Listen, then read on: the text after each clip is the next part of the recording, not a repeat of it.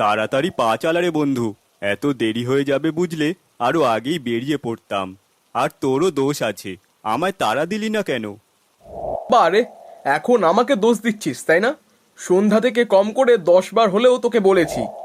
আচ্ছা হয়েছে হয়েছে, এবার আর কথা না বাড়িয়ে তাড়াতাড়ি চল। আমি আর আমার বন্ধু প্রতীক কাদা জলের রাস্তা উপেক্ষা করে দৌড়াতে লাগলাম।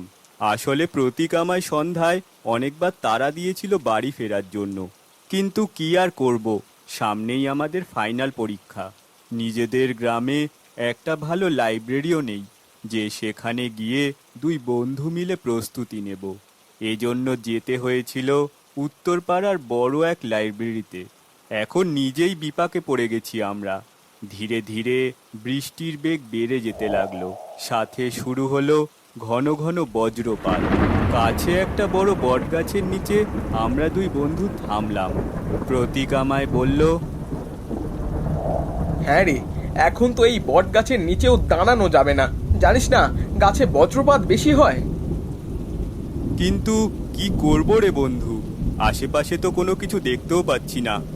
আর এমন তীব্র বৃষ্টিতে রাস্তা দিয়ে যাব কি করে?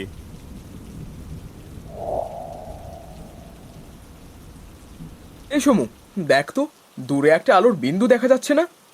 আমি ভালো করে তাকিয়ে দেখলাম, আসলেই দূরে একটি ক্ষীণ আলোর বিন্দু দেখা যাচ্ছে। হ্যাঁ রে, ঠিক বলেছিস, বোধহয় ওখানে কোনো বাড়ি আছে। তাহলে আর এখানে দাঁড়িয়ে থেকে কাজ কি? চল, আর একটু দৌড়িয়ে ওখানে গিয়ে না হয় একেবারে আশ্রয় নি। হ্যাঁ, চল চল। আমরা দুই বন্ধু মিলে আবারও দ্রুত গতিতে দৌড়িয়ে চলে গেলাম সেই আলোর দিকে। গিয়ে দেখি সেখানে এক মুদি দোকান রয়েছে। বাড়ি না হলেও ক্ষণিকের আশ্রয়ের জন্য মুদির দোকান কম কিসের। দোকানদার হিসেবে আছেন মাঝবয়সী এক ভদ্রলোক। আমরা সেখানে পৌঁছতেই প্রতীক বলল, কাকু, যদি কিছু মনে না করেন, কিছুক্ষণের জন্য আপনার এই দোকানে আশ্রয় নিতে পারি? বেশ বিপদে পড়েছি। এমন ভারী বৃষ্টিতে না পারছি কোথাও দাঁড়াতে, না পারছি বাড়ি যেতে। বৃষ্টিটা কমে গেলেই আমরা এখান থেকে বেরিয়ে পড়ব। হ্যাঁ হ্যাঁ, নিশ্চয়ই। লোকটি হাসি মুখে আমাদের সাহায্য করার জন্য রাজি হলেন। দোকান বিভিন্ন মালপত্রে ঠাসা। একপাশে তিনি আবার চাও বানাচ্ছেন দেখলাম। আমি কিছুটা খাতির জমানোর উদ্দেশ্যেই বললাম, কাকু, আপনি তো দেখি চা বানান, তা এই বৃষ্টির রাতে 2 কাপ চা খাওয়াতে পারবেন কি? আমাদের কাছে অবশ্য চা খাওয়ার পয়সা আছে। সে আবার বলতে হয় নাকি? আমি তো চা বানাচ্ছি তোমাদের জন্যই। আমি আর প্রতীক দুজনে খুশি হয়ে গেলাম। সত্যি বলতে দোকানদারের এমন বন্ধুসুলভ আচরণ আমাদের বেশ ভালো লাগলো। দোকানের উঁচু ঢিপির ওপর বসলে বাইরের পরিবেশ বেশ ভালোই দেখা যায়। চারিদিকে ঘুটঘুটে অন্ধকার হয়ে আছে, বৃষ্টি কমার কোনো নামই নেই। তবুও এত রাতে কাকু এই দোকান খুলে রেখেছেন ভেবে একটু অবাকই হলাম। বাইরের পরিবেশ দেখে মনে হচ্ছে না তার দোকানে কেউ আসতে পারে। কিছুক্ষণের ভেতর দোকানদার কাকু 2 কাপ চা বানিয়ে আমাদের দিকে এগিয়ে দিলেন। আমি কাপ হাতে নিতে নিতে কিছুটা কৌতূহলী হয়ে জিজ্ঞেস করলাম, আচ্ছা কাকু, এই রাতের বেলা আপনি দোকান খুলে রেখেছেন কেন? যে ভারী বৃষ্টি হচ্ছে, তাতে তো মনে হয় না কেউ আসবে এই দোকানে কিছু কিনতে অথবা চা খেতে। তোমরা তো এসেছো ঠিকই আশ্রয় চাইতে, হতেও পারে তোমাদের মতো কেউ আশ্রয় নিতে আসবে। তা যা বলেছেন। আহ, কাকু, আপনার চা তো মনে হচ্ছে অমৃত। অনেকদিন এমন স্বাদের চা খাইনি। তা ভালো, তোমাদের ভালো লাগলেই ভালো।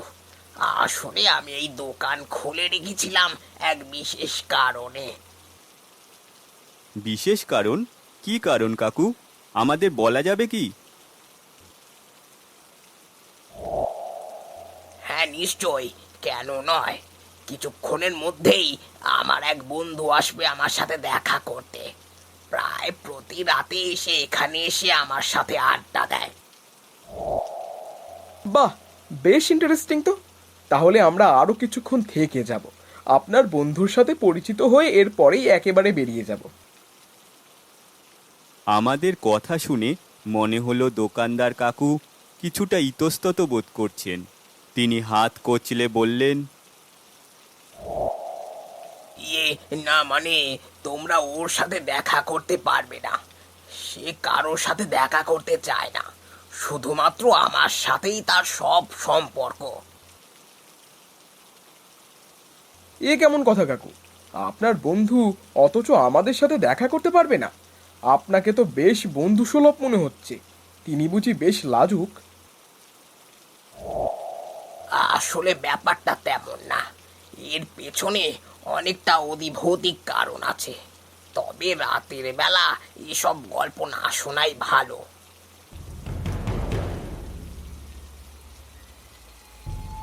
আরে কি বলছেন কাকু, রাতের বেলা ভৌতিক গল্প শোনার মজাই আলাদা।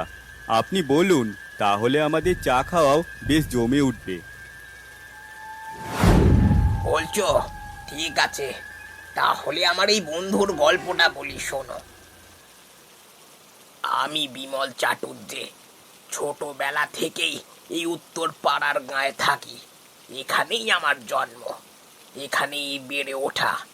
ছোটবেলায় যখন স্কুলে পড়তাম তখন থেকেই আমার সবচেয়ে কাছের বন্ধু হলো পার্থ, যার আসার কথা আমি একটু আগে তোমাদের বললাম। পার্থ আর আমার সম্পর্ক বন্ধুত্বের চাইতেও বেশি ছিল দুই ভাইয়ের। সব সময় নিজেদের ভেতরে খুনসুটি, ঝগড়াঝাটি, মারামারি লেগেই থাকতো। আবার নিজেরাই মিলে যেতাম। বলতে গেলে আমরা একে অন্যকে ছাড়া কিছুই বুঝতাম না। আমাদের দুজনের বয়স যখন 16 বছর, তখন একদিন আমাদের ভেতরে বেশ ভালো সমস্যা বেঁধে যায়। সেদিন বিকেলে ফুটবল খেলায় কে ক্যাপ্টেন হবে এটা চিন্তা করেই আমাদের দুই বন্ধুর ভেতরে ঝগড়া বেঁধে যায়। পার্থ বেশ ভালো ফুটবল খেলতে পারত, তাই দলের অধিকাংশই তাকে ক্যাপ্টেন হিসেবে নির্বাচন করেছিল। কিন্তু আমি সেটা কিছুতেই মেনে নিতে পারছিলাম না, তাই রাগে অভিমানে দল ছেড়েই বেরিয়ে যাই। তার সাথে ঝগড়া হয়ে প্রায় 7 দিন বেরিয়ে গেল। পার্থ বরাবরের মতোই বেশ অভিমানী ছিল, তাই শেষ পর্যন্ত আমি হাল ছেড়ে দিয়ে সিদ্ধান্ত নিলাম আমি নিজেই এগিয়ে যাব পার্থকে মানাতে। পার্থ বই পড়তে বেশ পছন্দ করত, তাই তার জন্য শরৎচন্দ্রের একটি বই নিয়ে আমি চলে গেলাম তার বাড়ির দিকে। কিন্তু তার বাড়ির কাছাকাছি যেতেই হঠাৎ দেখলাম সেখানে বেশ ভিড় জমে আছে। কি ব্যাপার, ওখানে অমন ভিড় জমেছে কেন? ও আচ্ছা, বুঝেছি। পার্থদের বাগানে নিশ্চয়ই বেশ আম হয়েছে এবার, তাই সবাই সেই আম কোড়ানোর জন্যই ভিড় করেছে। যাই দেখি, আমিও তাহলে সেখান থেকে কিছু আম কুড়িয়ে আনবো। আমি ধীরে ধীরে সামনে আগাতে লাগলাম, কিন্তু তখন হঠাৎ আমার কানে এলো ভিড়ের মধ্য থেকে কাকিমা জোরে জোরে পার্থরে পার্থরে বলে কাঁদছে। ওরে পার্থ রে, কোথায় চলে গেলি রে বাবা? কোথায় চলে গেলি? ফিরে আয় বাবা, আমার কোলে ফিরে আয়। মায়ের কোল শূন্য করে কোথায় চলে গেলি বাবা? ফিরে আয়। সাথে সাথে আমার মনে হলো যেন নিঃশ্বাস বন্ধ হয়ে আসছে। আমি আর 7 পাত চিন্তা না করে দৌড়ে গেলাম। কোনো মতে ভিড় ঠেলে সামনে গিয়ে দেখি পার্থর রক্তাক্ত দেহ পড়ে আছে। আমার হাতে থাকা বইটি পড়ে গেল। আমি পার্থর নিথর দেহর সামনে হাঁটু মুড়ে বসে পড়লাম। আমি দেখতে পাই পার্থর হাতেও একটি উপহার, বেশ যত্ন করে মোড়ানো, এবং তার উপরে ছোট একটি চিরকুট। আমি কাঁপা হাতে সেই চিরকুট উঠিয়ে ভাঁজ খুলে পড়লাম। সেটা আমার জন্যই লেখা ছিল। পার্থ তাতে লিখেছে, কি রে, এখনো অভিমান করে থাকবি? আচ্ছা যা, এবার আমি তোর অভিমান ভাঙতে এসেছি। প্রতিবার তো তুই এগিয়ে আসিস, এই প্রথম আমি এগিয়ে আসলাম। এবার তো অভিমান থেকে ফিরে আয় ভাই। পার্থ, পার্থ রে, আমায় ক্ষমা করে দে ভাই, আমায় ক্ষমা করে দে। ফিরে আয় ভাই, ফিরে আয়। তুই ছাড়া আর আমি কার কাছে যাব মন ভাঙাতে বল? আহারে বেচারা ছেলেটা, আমি নিজের চোখে দেখেছি। মাত্র ঘর থেকে বেরিয়েছিল, আর ঠিক তখনই এক ইঞ্জিন চালিত ট্রাক এসে তাকে মেরে দিয়েছে। বিধাতা তার আত্মার মঙ্গল করুক। পার্থ মারা যাওয়ার পর আমি পাগল পাগল হয়ে গিয়েছিলাম, তবুও এক সময় নিজেকে স্বাভাবিক করে তুললাম। ধীরে ধীরে আমার বয়স বাড়ল, পড়ালেখা শেষ। প্রথমে ভেবেছিলাম শহরে চলে যাব, কিন্তু কেন জানি না আমার শহর যাওয়া হলো না। গ্রামেই এখানে একটা মুদি দোকান দিলাম। বাবা মায়েরও বয়স হয়েছিল, তাই ভেবেছিলাম গ্রামে থেকে তাদের সেবা করব। মুদি দোকান দেওয়ার পর পর আমার দিনগুলো বেশ ভালোই চলছিল। সব সময় নিজেকে ব্যস্ত রাখতাম, আর দোকান থেকে বেশ ভালোই আয় রোজগার হচ্ছিল। যেহেতু আমার পরিবার ছিল মধ্যবিত্ত পরিবার, তাই এতে পরিবারের অবস্থাও দিন দিন ফিরছিল। একদিন এক বৃষ্টির রাতে আমি আমার দোকানের জিনিসপত্র গোছাচ্ছিলাম। হঠাৎ পেছন থেকে কারো একজনের কাশির আওয়াজ পেলাম। আমি পেছনে তাকিয়ে দেখি পুরোটা চাদর মোড়ানো এক লোক আমার দোকানে এসে দাঁড়িয়ে আছে। আমি ভাবলাম লোকটি হয়তো ভারী বর্ষণের জন্য আমার দোকানে আশ্রয় নিতে এসেছে, তাই আমি সরল মনেই বললাম, দাদা, বাইরে তো বেশ বৃষ্টি হচ্ছে, আপনি বুঝি আমার দোকানে আশ্রয় নিতে এসেছেন? লোকটা আবার কথায় কোনো উত্তর দিল না, চুপচাপ চাদর মুড়ি দিয়ে দাঁড়িয়ে রইল। আমি আবারও নিজের মতো বললাম, আচ্ছা, ভালোই করেছেন, বসুন, আমি বরং আপনাকে এক কাপ চা বানিয়ে দিই। আমাকে তোর কাছে দেওয়া শরৎচন্দ্রের বইটা দিবি? কথাটা শুনতেই আমার হাতে থাকা চা পাতার প্যাকেট মাটিতে পড়ে গেল। এ তো আমার বন্ধু পার্থ। আমি আমার নিজের আবেগ ধরে রাখতে পারলাম না।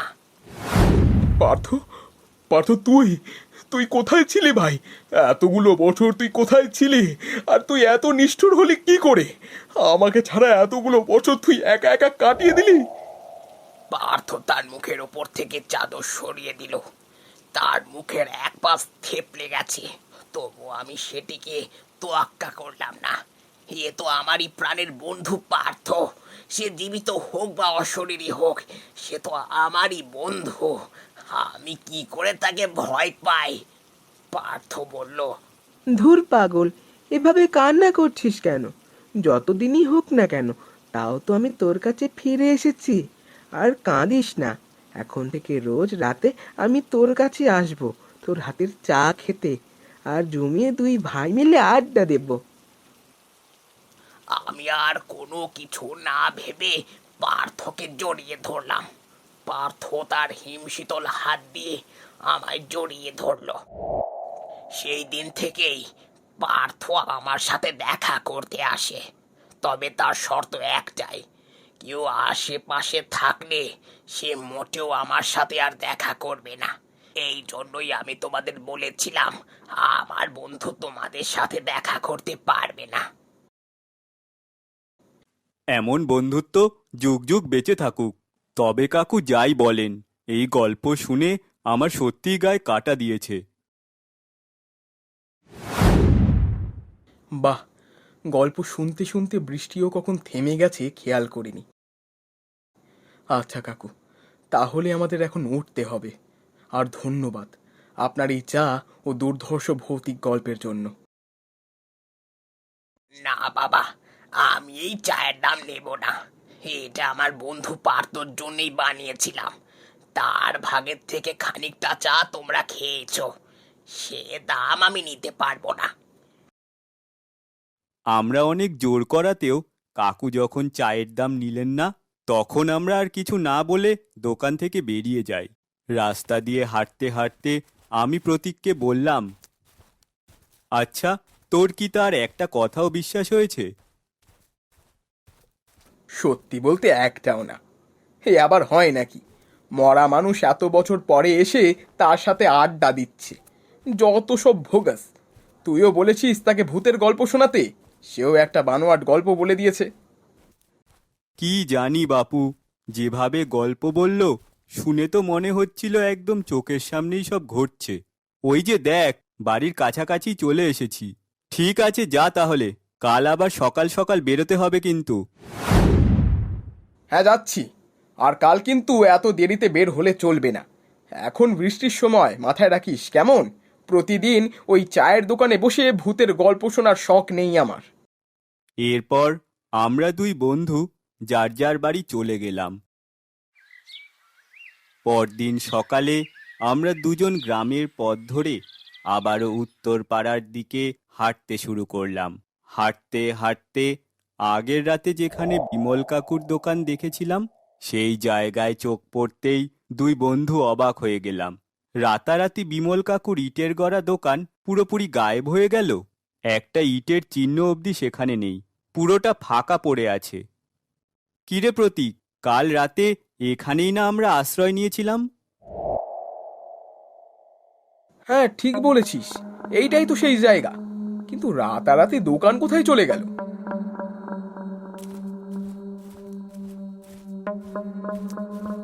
এই যে দাদা, শুনছেন?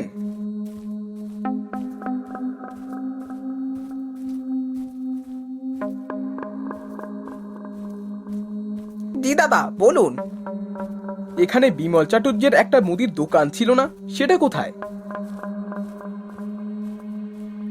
কোন বিমলের কথা বলছেন দাদা? তখন প্রতীক লোকটিকে সবকিছু খুলে বলল। সবকিছু শুনে লোকটি বলল, ও বুঝেছি, আপনারা নিশ্চয়ই দুই বন্ধু, তাই না? হ্যাঁ, ছোটবেলা থেকেই আমরা দুই বন্ধু। এজন্য ওই বিমল চাটুর্যের আত্মা আপনাদের দেখা দিয়েছিলেন? মানে কি বলছেন আপনি? লোকটি তখন আমাদের জানালো বিমল চাটুর্যে আজ থেকে 10 বছর আগেই মারা গেছেন। তাকে দোকানে পাওয়া গেছিল রহস্যজনকভাবে মরে পড়ে থাকা অবস্থায়। গ্রামের লোকজন বিশ্বাস করে বিমল চাটুর্যের বন্ধু পার্থ পরকালে একা থাকতে পারছিলেন না বলে বিমল চাটুর্যকে নিতে এসেছিল। এরপর থেকেই বিমল দোকানদার কখনো কোনো বন্ধু রাতের আধারে এই রাস্তা দিয়ে হেঁটে গেলে তাদেরকে দেখা দেন এবং নিজেদের জীবনের কাহিনী তুলে ধরেন। সবাই ভাবে তিনি তাদেরকে বন্ধুত্বের মর্যাদা শেখানোর জন্যই দেখা দেন। এ ঘটনা বলে পথচারী আমাদের কাছ থেকে বিদায় নিয়ে চলে গেলেন। আমি আর প্রতীক একে অন্যের মুখের দিকে তাকিয়ে থেকে আর দ্বিতীয় কোনো কথা না বলে নিজেদের কাজে চলে গেলাম।